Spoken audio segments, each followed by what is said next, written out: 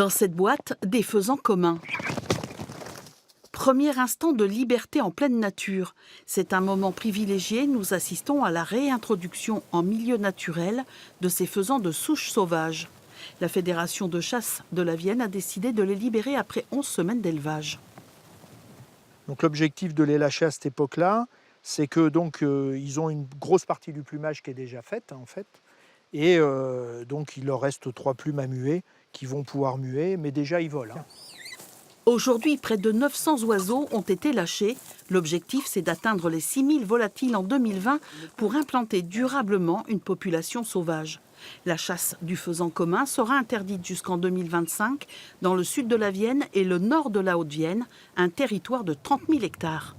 On aura une souche d'oiseaux naturels, une reproduction, et en fonction de ça, on attribuera à chaque territoire de chasse un nombre d'oiseaux à tirer. Nos sociétés de chasse auront peut-être que 3 faisans à tirer, ou 10 faisans, ou 15 faisans, mais ça sera des oiseaux naturels. Et ça n'a pas de prix. Mais avant d'être lâchés, des milliers d'oiseaux sont élevés ici dans l'Indre. Jean-Baptiste Gaillot a un contrat avec l'Office national de la chasse et de la faune sauvage afin de préserver le caractère rustique des animaux.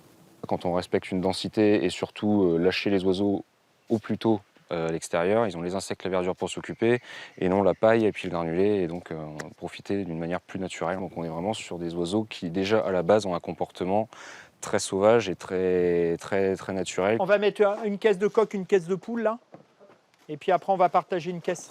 C'est des oiseaux qui ont très peu été influencés par l'homme, des oiseaux qui ont un comportement et qui vont regagner un comportement des plus naturels, à la fois dans le choix de la nourriture, le choix du territoire et aussi la défense contre les agressions, qu'elles soient de l'homme ou des prédateurs.